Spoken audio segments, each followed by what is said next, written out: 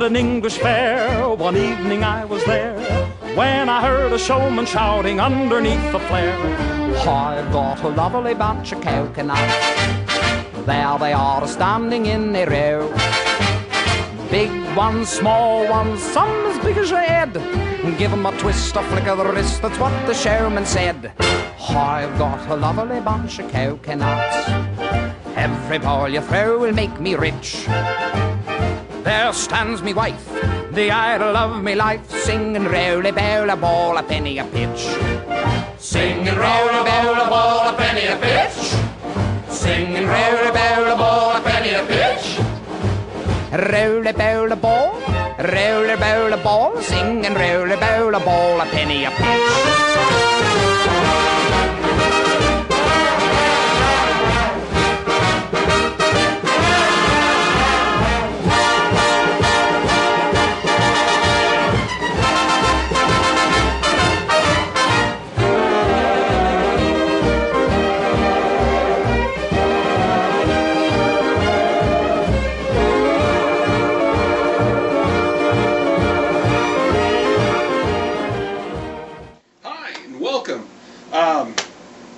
This is week 3 of Ecchi August. Last week we went over Kekko Common. This week, Idol Project. Now, for a lot of you who don't know a lot about Idol Project, I will let you know the Japanese version. There's about 6 idols on here. You've got your karate idol, your etiquette idol, your hard rock idol, your karate idol, your shinobi ninja idol, your cute actress idol, and your sex bomb. It's supposed to be the dancing idol, but I'm sorry, when you've got bunny ears and you are constantly wearing less than anybody else, you are the sex bomb. So, to go over this, in the Japanese version, every one of these people on here, all the idols, the 6 idols, have actual voice actresses who are considered idols in Japan. Now, you're probably wondering, what the hell is an idol? Now, to let you know, those of you who don't watch American Idol, who actually, enjoy regular television, will know that an idol is a person that basically a lot of people like. They're seen as the head of their actual group. Like right now we know Justin Bieber is the idol of all things that are evil and just wrong with everything. So, but in this case, the idols, like in Japan, you have idols of cosplay, who, or as one of my favorites is Megumi Hashibara. I know she's a singer, she's a voice actress. She's been doing it for years, many years, and it's just been, with them, they just have this big cult following. With the way they actually portray it in this film, it's a little different, and we'll go over that. I'm not going to give any of them names, because really it doesn't matter. The only name you will ever remember out of this entire film is Yuri. Who's Yuri? Yuri is this head idol of the entire world, who heads up this place called Star Island, Star City. It's where all these idols hang out, and where she hangs out. And she's a great singer, a great fighter, basically everything. She is the idol of all. She's what everybody wants to become. And you start out with basically everybody telling you, this is Yuri, she is master of all, she is the master of the fucking universe, and we all gotta be like her. And today, they're gonna choose a new idol. So we gotta get our asses to the Star City, the twin diamond towers. Let's get there. We're going to get our audition. We're going to be an idol for everybody because we want to be like Yuri. Well, first episode, you have young girl, and I'm just going to call her young girl because that's all she is. She is the main character. She is wanting to be an idol. She has a little holographic projector of Yuri that is basically her pick-me-up, her daily affirmation, without Stuart Smalley. And she constantly looks to it for guidance. She runs off to Starland, and as she goes, she starts meeting up with the other idols. First couple I believe she meets up with are the extra, who I will always remember because she's the uppity bitch, and the other one, the rock bitch. And I'm sorry if I keep on saying bitch, but you know what? It's not enough. Because all these, I mean, every one of these freaking people act like that they are everything. And I'm not kidding. There's a, okay, the kung fu idol. Her fans come up to her and are constantly beating the shit out of by her, and she's laughing. She's got her glasses on, so she's kind of awesome because people with glasses are cool, just like fezzes and bow ties. But she's just running out there beating the shit out of everybody, and all the guys are like, "Yay! Oh, do it to me again! Yay!" The rock star bitch, she is constantly saying that guts are the way to go, and she's like, "Ah!" And extra, the uppity bitch, is like, "No, etiquette is the way to go." On her piano. And they're both of their groups. You've got the hello, pinky out people for extra, and you've got the rockers for the rocking bitch. And they just, it seems like they're almost going to fight, but neither one of them really has the balls to fight, except for, of course, the idols. The idols are constantly saying, "You gotta have guts, you gotta have pizzazz, you gotta have guts, you gotta be nice and princessly, you gotta have guts and balls, big balls that we put in our chests, to breasts."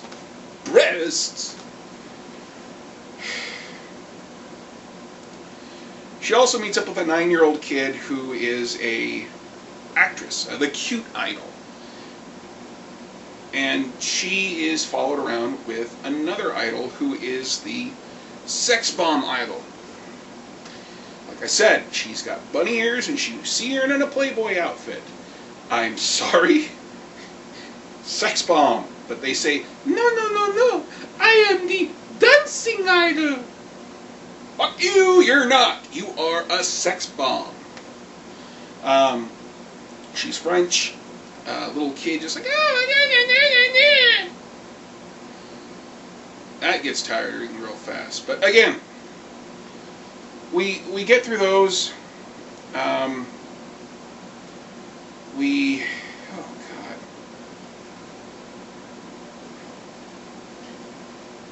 The only one that's really redeemable out of this whole group that I personally like is the Shinobi, the ninja girl. Because she actually takes everything seriously. There's a scene where they are basically transported to another dimension, and they are told that everybody is turning into Yuri. And she's like, "I found out this information, and I want you all to know as soon as you wake up, because you all were in comas." And that's when she's left a video for everybody, so that you don't have to read it. So the one girl that's smiling and laughing all the time doesn't have to worry about it. Sex bomb doesn't have to stop and go, "Oh." And the little kid doesn't have to go, "What's this mean?" No, it's like, watch this video and it'll tell you. But rocker bitch is like, "Fuck that." She talks too much. There, see? That's all you gotta know. Anyways, little girl, main character, Mimu, finally remembered her freaking name. goes to heads in as fast as she can to the Starline entrance because you only have so much time. Now, while this is happening, there's 3 guys that are following people, getting pictures, stalking people, and they're and they look like crows, but they have different, amorphous blob forms that they can change into. Mimu gets help by the Shinobi girl to get into the audition area, and that's when they're abducted by aliens. Yeah. I wish I was lying, but that's what happens. Now, they end up going to a planet / asteroid / it's weird. It's a resort-like planet. The guy who owns it and runs it is like a big fat mermaid. Think King Triton, no hair except for a mohawk, and he really let himself go. I'm talking like, like he just went to The Biggest Loser and decided, fuck it, I don't want to do this, give me the food. So that's the way it is. I mean, they show up on this planet and they're told that they have to compete in the idol games, because idols are fun! Idols rock! Is basically the whole thing. They compete in games. Most of them, they have to wear swimsuits. This is why I chose Idol Project to basically be ecchi. One of the biggest ones is because with Idol Project, they're mostly in their swimsuits. There's a lot of jiggle. I think ADV had the jiggle counter, so they would be in there with that jiggle counter.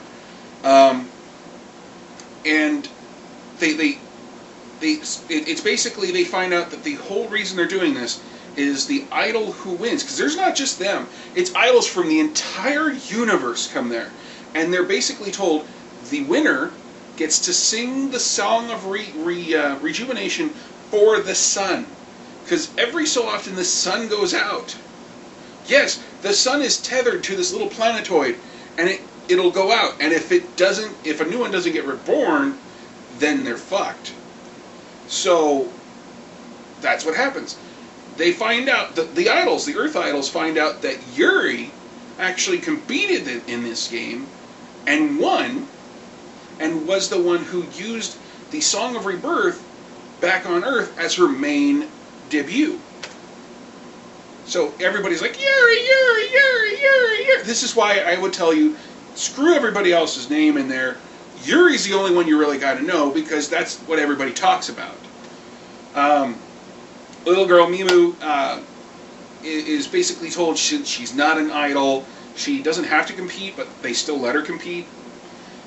She spends a lot of the time wandering around the grounds following this Yuri look-alike, but it turns out all it is just the larval form, chrysalis form of another species. And then this is the creepy part. Okay, think of it this way. Keanu Reeves is sitting on the park bench, and all of a sudden he just sloughs off his skin and his body and everything, and it stays there, and he's rejuvenated as young Keanu again, and he just walks away. And some of his fangirls just come up, grab the husk, and take it home with them. That's what Mimu does. She takes this husk that used to be this larva person and keeps it with her. That's straight up Buffalo Bob kind of shit. I mean, you almost wonder, does she take it home and put it on? Does she think she's Yuri? Is there some little play later on? I don't know. I don't want to know. Well, actually, I would. That would probably make a better movie than what really happens. And that's just episode 1. There's 4 episodes on this. Episode 2 is more of the more of the actual games, and it's just and at this point, a lot of it just kind of mellows in. You don't really seem to care that much about what's going on with the games, because it seems like it doesn't matter. And it really doesn't. Because at the end, I mean, there's even a point where everybody says, I need strength from Yuri. So they grab their little holo projectors, because all of them have one. And they look at them, and it's like that. It's like the scene in Rocky where he's like, Aaron! And he's thinking back to Adrian. He's thinking, you know, I'm a contender. Boom, boom, and he knocks out. Well, it wasn't Apollo. He knocks out Mr. T. Or the Russian, Dolph Lundgren, and they all get energized and they all win. And the song of rebirth, or rejuvenation of the sun, is actually sung by Mimu. Now all that happens in episode 1 and 2. Episode 3 and 4 is when things get really fucked up. To be honest, before looking at this, for this little review, for Ecchi August, I had only seen episodes 1 and 2. I will be honest. I originally first saw them when I was going to school at WSU. They showed them on one of the actual 12 hours. Is kind of, we had a little lulls, and I thought, oh, that's interesting. And the way we watched a lot of stuff was somebody would have it on their computer. We would then watch it on their computer, and it would all be, you know, subtitled, because back then we didn't have a lot of the stuff we have now. And it was nice. But like Saikano, you stop watching after so often, because if you don't get what you want. You don't get the happy ending. In Idol Project, that should have been it. That should have been the end of it. You know, maybe a little thing at the very end saying, "Oh, we did it! We got the sun to come out! Yay!" And the way it comes out is there's this big clamshell, and it will spit out. It will open it up, and it will spit out a sun, and then tether it, and then they tie it to the planet. So, because you know this is a tropical resort planet, so that's what they do. And what it would be is, I mean, if this was a fair world, we would have them get, "Yay!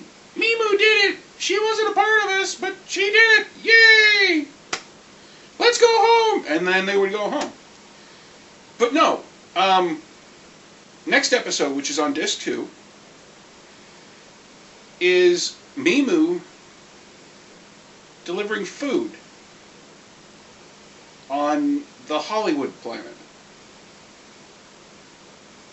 Yeah, there's a Hollywood planet. It's where they do all the movies and such for the universe. And you see that all the girls are doing, you know, movies. They have their own stuff going on. No one's trying to get home. It's just, yay, we won the contest. We're going to start another series. And that's what it feels like. It honestly feels like the whole team decided, you know, good job, we told a story. Fuck it, let's keep going. We got money. And that's how it is. I mean, the next episode is following Mimu through all these random things that happen. She goes, I'm gonna really work on being an idol, and I'll be like Yuri. So she goes and gets on her little moped, her little motorcycle, moped, puts the food in the back, goes, I'm gonna work hard, really try. First, I'm gonna go ahead and take a break. And that's exactly what she says. She goes into this big tent, and there's the little 9-year-old girl, and apparently the time that they've been there, she has now set up a worldwide net of fortune teller holograms. They all look like her. And she goes, what do you see for me in the future? And the little kid one is like, well, I see that you're going to have hardship, terrible things, It'll be terrible for you. I'm so sorry. And she's like, oh. That's when a giant robot appears. Now, in the last 2 episodes, well, actually, in this episode, you have the 3 anthropomorphic creatures that also can, apparently they can fuse with things now.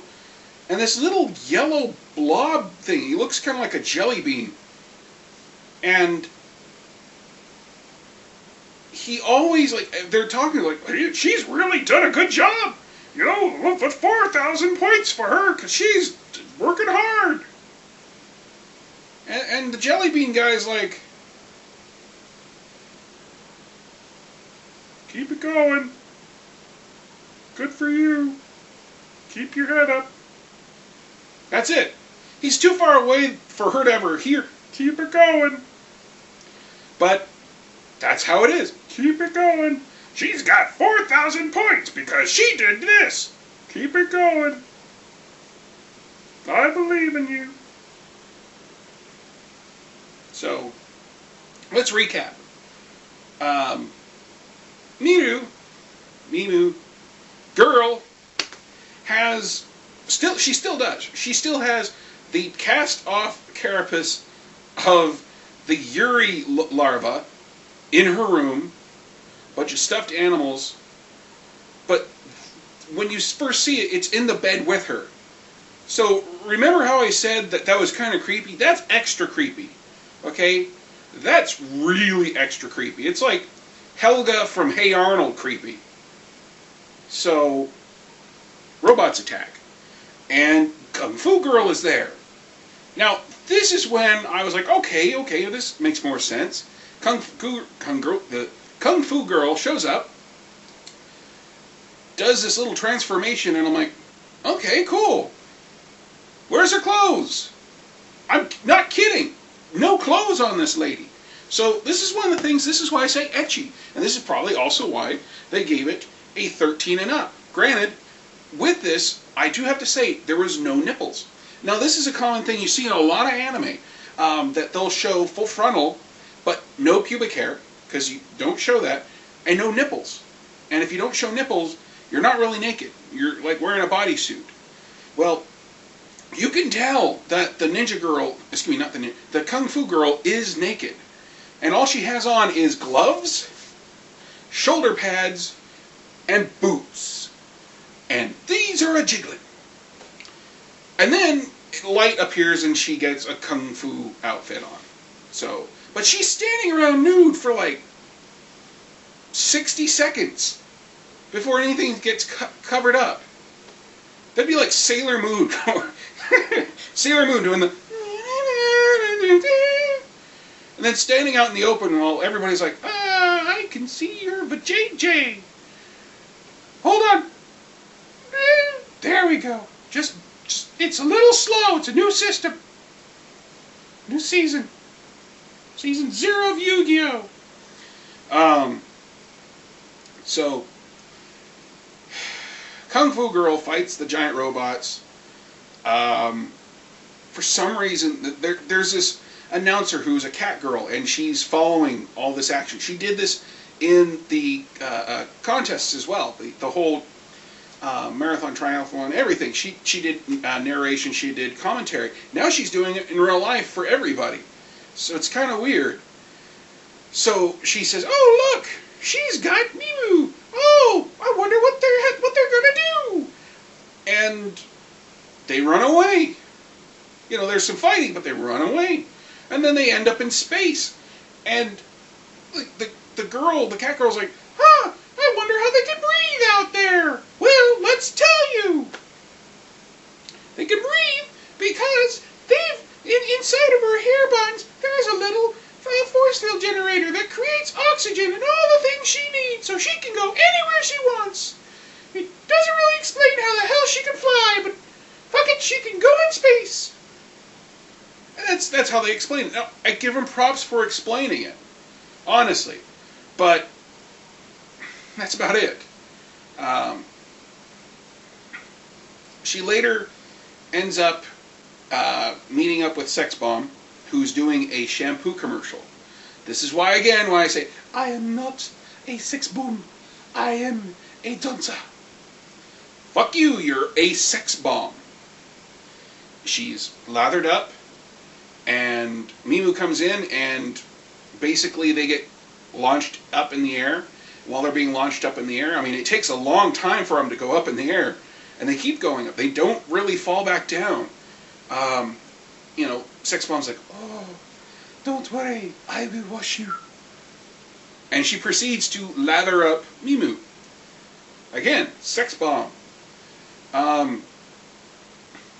We get to see more of Kung Fu Girl, and this is primarily with Kung Fu Girl, but after Mimu is basically drenched with water, she finds this spaceship in like the bayou, and she decides to change out of her clothes into a costume that's laid there. And then the spaceship takes off and fights a giant gumdrop who is using bugles and little horns to communicate. And I wish I was fucking making that up. But yeah, it's she lands right against it, comes out, everybody thinks she's like Space Officer Mimi or something, and they're like, do something, save us, Space Officer Mimi. She's like, I'll do whatever I can because I have no will to say that I'm not Space Officer Mimi. Oh crap. She goes up there, there's a little scene where the creature has her in his tongue, and then she starts going toot toot. And the alien's like, toot toot toot. Toot toot tooty toot toot. Toot toot. And the giant gumdrop is happy. It's probably because toot toot toot toot toot toot means you look awesome and your package is huge. That is then cut off by another giant robot battle where they are again taken into space. She is given her own powered armor.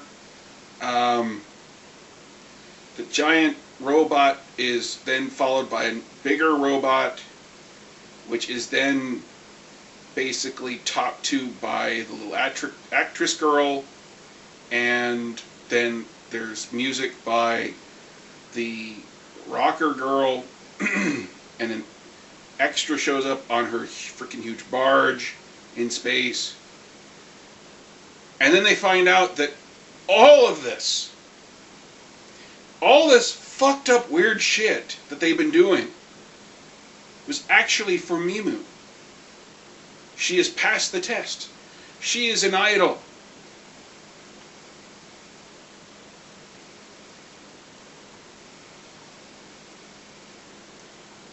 I don't know why they had to do all that.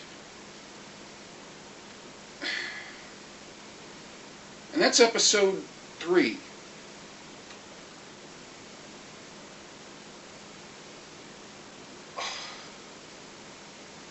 One moment. Please, one moment. あなたの信じる道を行くのです。あなたの信じる道を行くのです。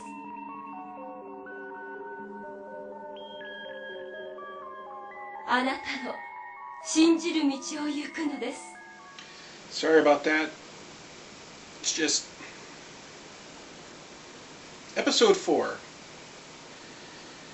They get sucked into a black hole-like thing. Earth gets sucked in. Starland gets sucked in. The beach resort planet gets sucked in. Everybody gets sucked into this thing. And this is where I talk about the Shinobi girl. Remember how I was like, oh, watch this video? Well, she has a video. Mimu goes ahead and watches it while Rockstar Girl just skips through it. And at the very, this goes through, they find out that what's happening is every universe is being sucked into this other universe called the Idol universe. And they say this is the birthplace of Yuri. And you can tell because every person who's here in this universe looks like Yuri. I mean it, man, woman, child, they all look like Yuri. And yeah. And it turns out what's going on is everybody here is actually people from Earth and from everywhere else, and they're turning into Yuri.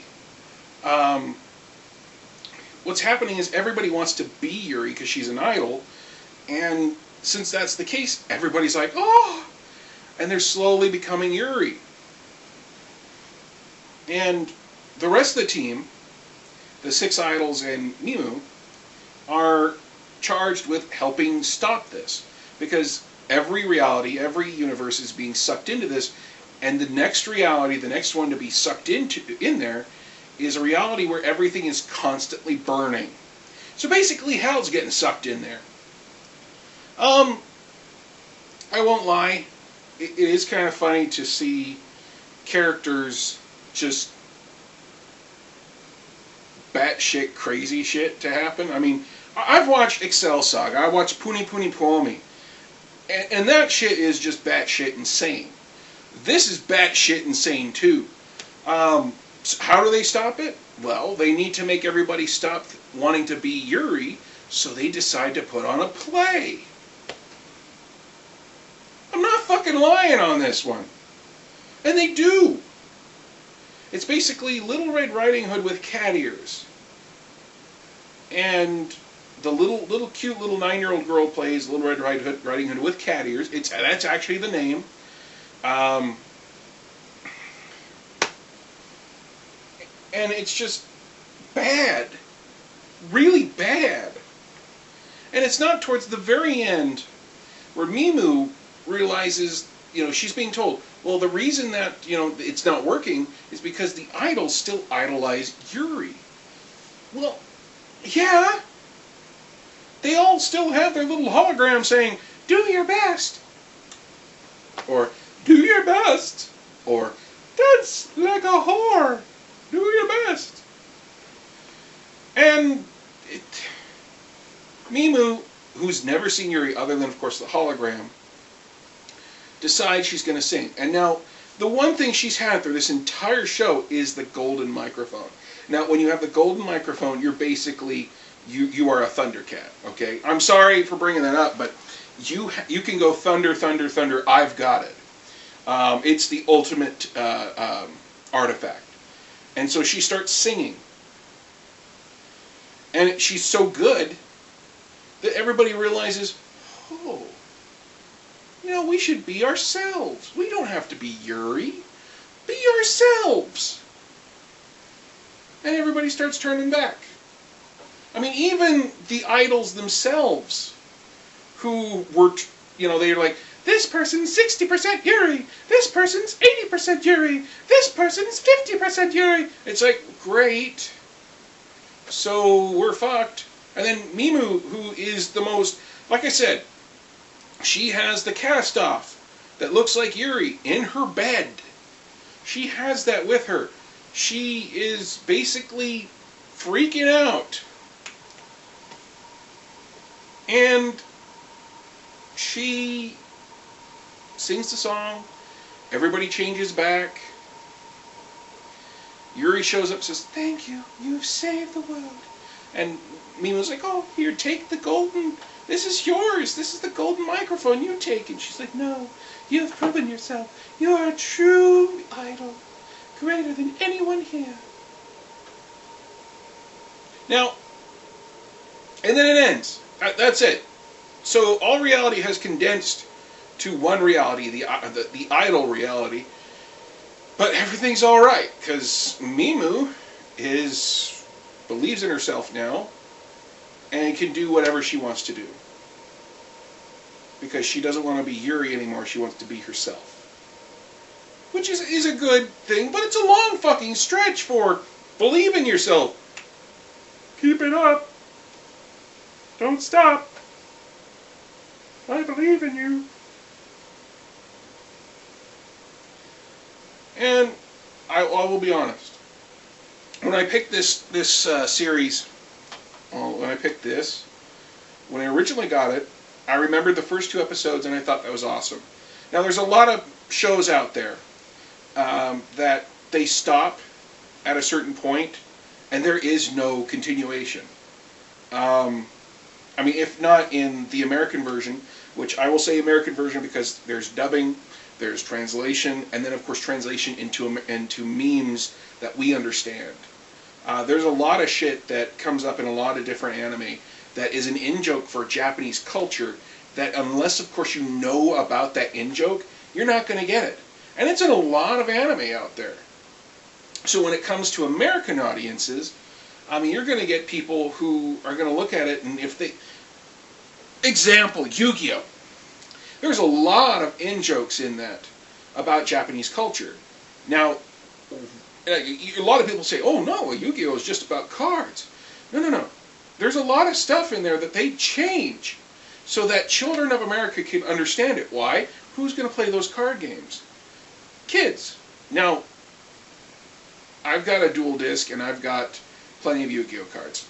I'm not very good, but I've got them.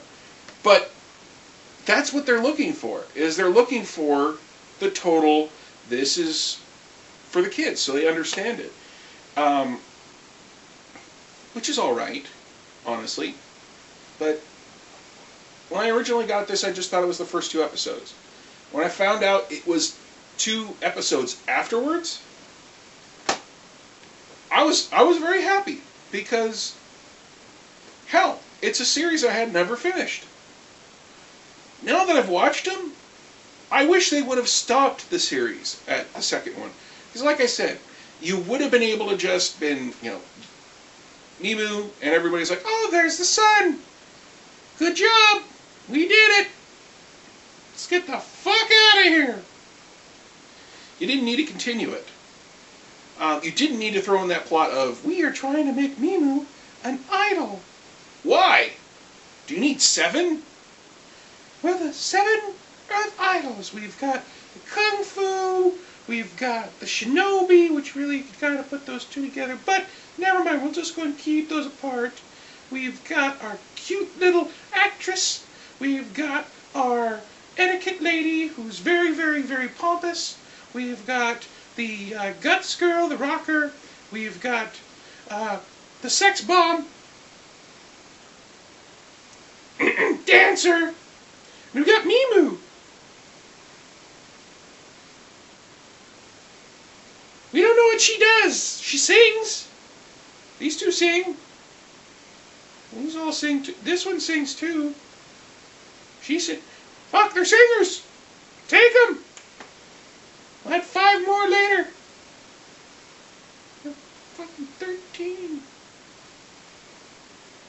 So, that's Idol Project. Now, just one final thought I'd like to get out there. Stuff like this is called an OVA or an OAV, original video animation or original animation video. A lot of that kind of stuff came out in the 90s, early 90s, late 90s, and there was a lot of schlock. Not good stuff. But otaku like myself got a lot of it. And we've really sifted through a lot of the shit to get the good stuff. And even with it, there's some really bad stuff that went with it that after watching it a few times, you realize it's really not so bad. However, when we come in next week, we're going to watch something that I told myself I wanted to watch it with friends. I watched it again. I'm pretty sure my friends would think I'm either really perverted or there's something majorly wrong with me for wanting to really watch this with a group setting.